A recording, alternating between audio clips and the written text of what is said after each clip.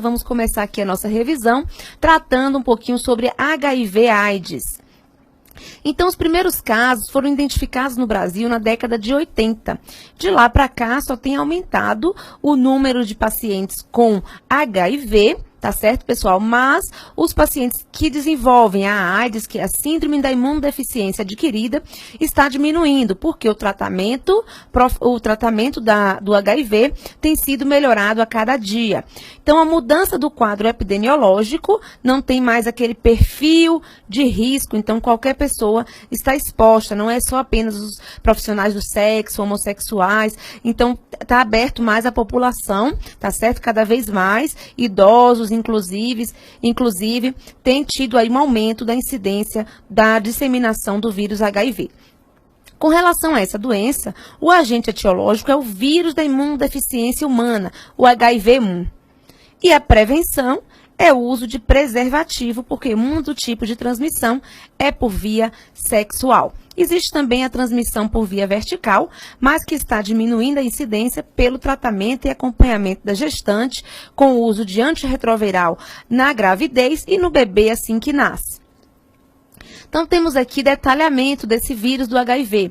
É um vírus do tipo de RNA, envelopado, da família Retroviridae. Ele infecta as nossas células de defesa, os linfócitos CD4+, tá certo? Células essas que são responsáveis pela imunidade celular. Ela também infecta os nossos macrófagos, que são responsáveis pela fagocitose, tá certo? Dos micro-organismos. Ela integra o genoma e faz a depleção dos linfócitos TCD4. Ela tem uma enzima, transcriptase reversa, que ajuda na multiplicação e adesão ao genoma do hospedeiro, e uma protease, outra enzima, que usa para romper a célula e infectar outros linfócitos CD4. A nossa infecção aqui do HIV, ela tem fases, tá certo? Ela tem a fase aguda, tá certo? A fase de latência e a fase da AIDS mesmo instituída. A primeira fase é a infecção primária, que é chamada também de síndrome retroviral aguda. Ela tem o início dos sintomas após o segundo dia do contágio, onde tem aqui uma alta carga viral, e apresenta sinais muito parecidos com outras viroses, como mononucleose e outras infecções. Observe comigo aqui que são sinais inespecíficos: febre, faringite, eritema, linfadenopatia, mialgia, diarreia, náuseas, vômitos, cefaleia e perda de peso. Ou seja, isso aqui qualquer virose pode manifestar essa sintomatologia, tá? Além disso, ocorre uma linfopenia e redução dos linfócitos TCD4. Essa fase aguda dura, em média, pessoal, de 3 a 4 semanas e regride com a resposta imunológica da pessoa. E os valores dos linfócitos TCD4 voltam quase que ao normal, e a sorologia nessa fase, ela é negativa por conta da janela imunológica, que dura de 6 a 12 semanas após a infecção. Anote esse detalhe no seu caderno, porque janela imunológica é importantíssimo para a sua prova. Você precisa entender que automaticamente, quando a pessoa tem a infecção pelo HIV, não vai conseguir detectar a presença de quê? De anticorpos para positivar o exame. E isso é considerada a janela imunológica. Por isso que precisa esperar esse tempo para confirmar se o diagnóstico foi positivo ou não para HIV.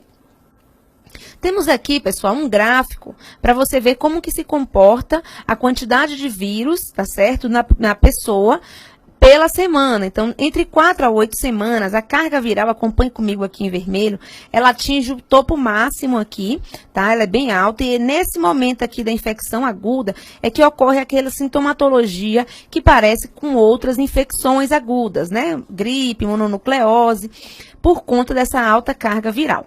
Apenas depois começa a regredir, o próprio sistema imunológico age, né?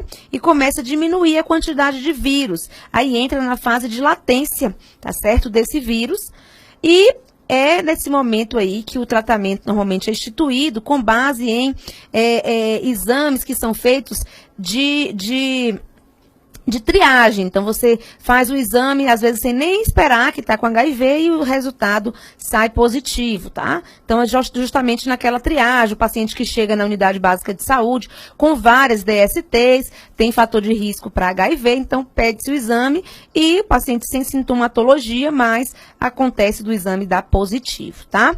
E a outra fase é a fase final aqui, quando se institui a AIDS, tá? Que é a instituição do aumento da carga viral por falta de tratamento, por falta de acompanhamento correto, e aí então começa a questão da manifestação de sintomas relacionados à imunidade, falta de imunidade e doenças oportunistas aparecendo, tá? Então tem a fase aguda, tem a fase que é o principal aqui que a gente está comentando agora para a resolução da sua questão, tem a fase de latência e mais para frente pode aparecer a questão da AIDS mesmo instituída, diminuindo a questão da imunidade, tá?